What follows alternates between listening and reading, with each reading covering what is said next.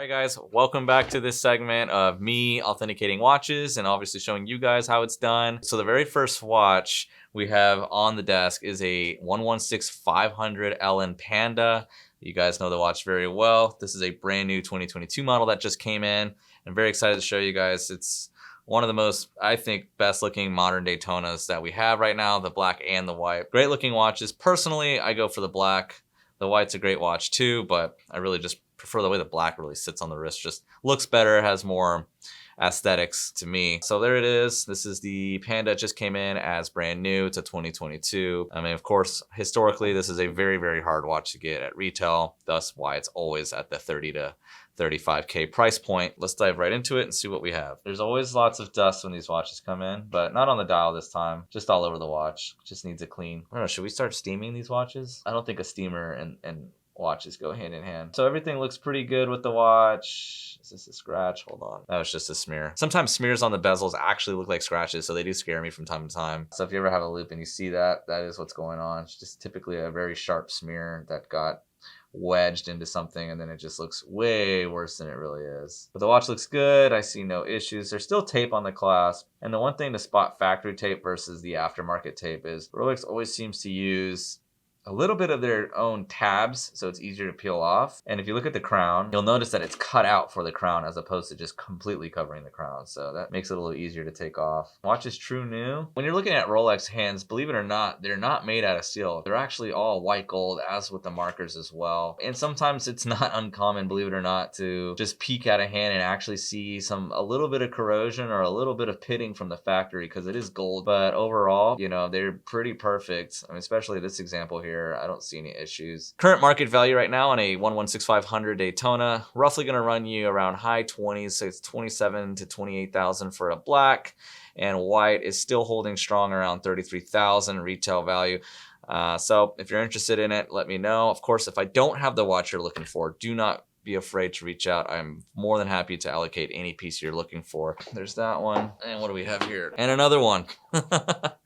We're just going to check this one. This is also another brand new, but it has been sized. It's very short on links. Where are the links? Oh, they're in the, how many links did this person take out? Okay, so this watch got sized pretty aggressively. It had 3 links removed, but it is brand new, complete, down to the original hang tag and bezel protector, which is really hard to find these days. For whatever reason, bezel protectors for modern Rolex Daytonas have been increasingly hard to find. This is probably the second one I've seen all month.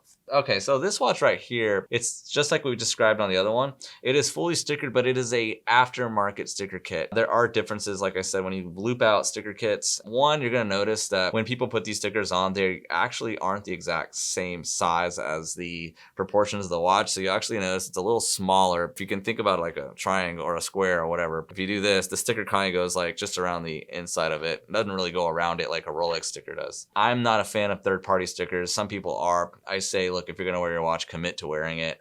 Otherwise, what's gonna happen is you're gonna get a lot of awkward use out of the watch when you take the sticker kit off. You'll start noticing that your scratches stop at a border, and you'll kind of see like where a clean spot and a not protected spot meets. So it's kind of awkward at the end of the day, but it is what it is. But it does preserve the watch up to about 90%. Next watch. So the next watch I have here is probably one of the nicest ones. I saw it in the pictures. I hope it plays out to what was shown to me in the pictures. It is a 16710 Coke. It is specified on the papers. So just to quickly break down the Rolex papers, you have R for Rolex, 16710 for the model number. A is going to represent that Coke bezel. 30 is going to represent the color of the dial, being black. B is bracelet, and 7879 is the bracelet type, which in this case is an oyster bracelet with a folding clasp. It is complete. It's got the box. It looks like it has the original booklets, your Rolex oyster, and the piloted pamphlet. Let's see if they match the year just by chance.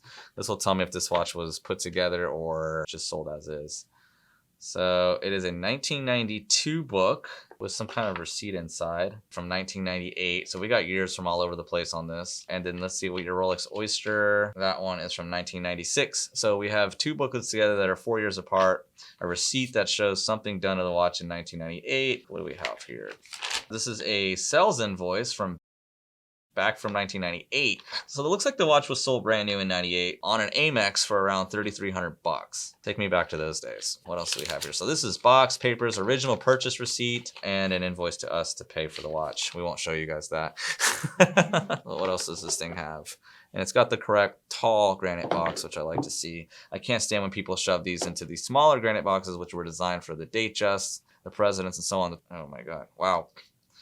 This is probably one of the tightest watches I've ever seen. This is a 16710 Coke. As you can see, it is just almost near perfect. When you look at this watch, I don't think it's ever been polished. It looks to be new old stock, but lightly worn. I believe the previous owner wore it a handful of times, but nonetheless, it is super complete. Unfortunately, the tag has lost its sticker, so we can no longer see the serial number, reference model, and bracelet on there. That's a bummer, but otherwise, it's complete with everything else. Let's dive right into it. It's got a really nice patina to it. It's starting to turn a little shade of yellow. Otherwise, they're a little off-white, which is neat. Bezel looks to be in really good shape. I mean, if you look at the scalloping on this bezel, you can just see how perfect it is when they're not polished. It's just so crisp, so sharp. And remember, guys, if you want a Coke GMT, you cannot go modern. You have to go vintage. You have to get into those 90s, you know, to early 2000s. But this has got a really nice Coke bezel on it. It looks to be mostly, you know, scratch free, any kind of damage, and it's got the really nice serifs on the numbers, which give it that more bold look. You know, obviously the numbers look much fatter on this insert because this is what was born to the watch. And if we look at the case edges, you can just see how perfect those chamfers are and how perfect the grain is on the case. You can clearly see it wasn't ever refinished, which is great for the next guy because this is a gem of a watch. I mean, it does look to be worn, but it's such a lightly worn watch. You can look at the cornet on this also and check just how thick and even it is. You can see it's never been polished. Some light, very light scratches throughout. The case back sticker is original. You can kind of make out, a lot of them have worn down where you can't really tell what they say anymore, but this one still has the 16710 model number on the back. You have to kind of look at it at an angle to see it.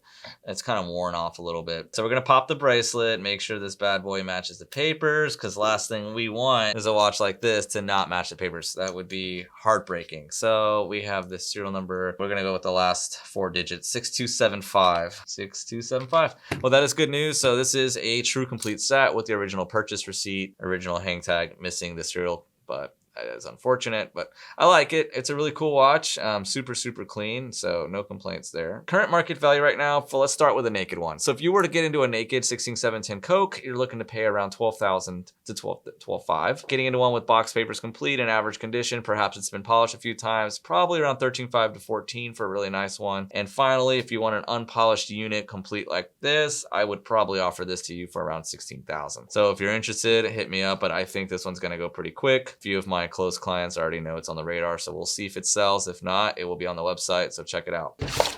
Next watch at random. I have no idea what it is, but look at this. This is crappy shipping or just irresponsible ownership. Throwing the box around like that isn't cool. If you got mad at the market, just don't take it out on the box set. It isn't really, you know, I understand prices have dropped, but let's not get mad at our watches. Let's see what happens here. This is a Datejust 41. You guys know this is a very common watch in the market, and it's a very good starter watch for anybody looking to get into Rolex. This is the perfect place to start, as this is a safe investment for the entry point. So what we have here is a 126300 black stick. This is already bought and sold. Obviously needs a good polish, and these clean up very nicely. What makes this watch so great is it's got a lot of high polish center links and a lot of high polish areas, so it really wears bright on the wrist, and it's got some obviously satin finished areas. Like I said, I know from a glance it just needs to be polished up, but I'm curious if it's been polished up in the past, so let's take a look. I don't believe so, but this watch has so much surface scratches, it's hard to say. Sometimes they just go beyond recognition. No, this watch has never been polished, I can tell. You know, obviously when we're looking at refinishing a watch, and I've said this before, it's not a big deal to refinish a watch, guys. It's all depending on who's doing it. The reason people have such a bad taste in their mouth is because, like anything else, they have seen bad work. And bad work on a Rolex is just bad news altogether. So, you know, the guys that we use are probably the best in the industry. And I'm telling you, they can make a watch look true, new, They can reverse time on these watches. It's incredible what these guys can do if you find the right guy for the job. It's like anything else. If you take your car to the cheapest guy and he scrubs it with steel wool, you're going to see paint run down your driveway. Or if you take it to the best, you're going to see that factory finish come alive. In fact, speaking on cars, most of the time I'm told from my car guys is most cars from the factory actually need to be treated and actually paint corrected. So luckily Rolexes don't come out that way. But yeah, this watch has never been polished, but it will be repolished and it'll look brand new again.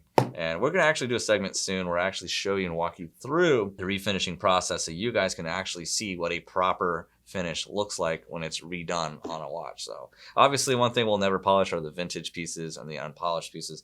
You'll never really see us get into polishing those. However, there are certain cases where they have to be refinished simply because a collector wants to bring out certain aspects of the watch. It's painful, but hey, people are out there, to each his own. Regardless, it is a black stick. This is probably the most classic configuration you can get for the 126300 model without getting too crazy, without jumping into like the green mint or the royal blue and so on and so on. Typical market value right now for these is around $9,000 for pre-owned. You're still paying around $10,000 for brand new, and watch only, you're probably going to pay around $8,000 to $8,500. So it's definitely worth picking up one of these if you're thinking about getting into your first Rolex. This is a fantastic piece and it will just age very well in my opinion. The next watch we have is a 116680, which I picked up on trade. If you're looking for a watch that's kind of different from the rest, this is a fantastic watch to go with because it has such unique characteristics that you really can only find with the Yacht 2. That being that it's a regatta movement, so it's a countdown movement, which this watch was purpose built for yachting. So it's got some nice water tightness with it. You can clearly swim with this watch. You can clearly do 10-minute countdowns and so forth. And you get a running chrono hand. So this is actually quite a difficult complication for watchmaking. So this is actually arguably one of Rolex's most complicated movements. Really cool watch, great bang for the buck. I love this watch. I think it actually wears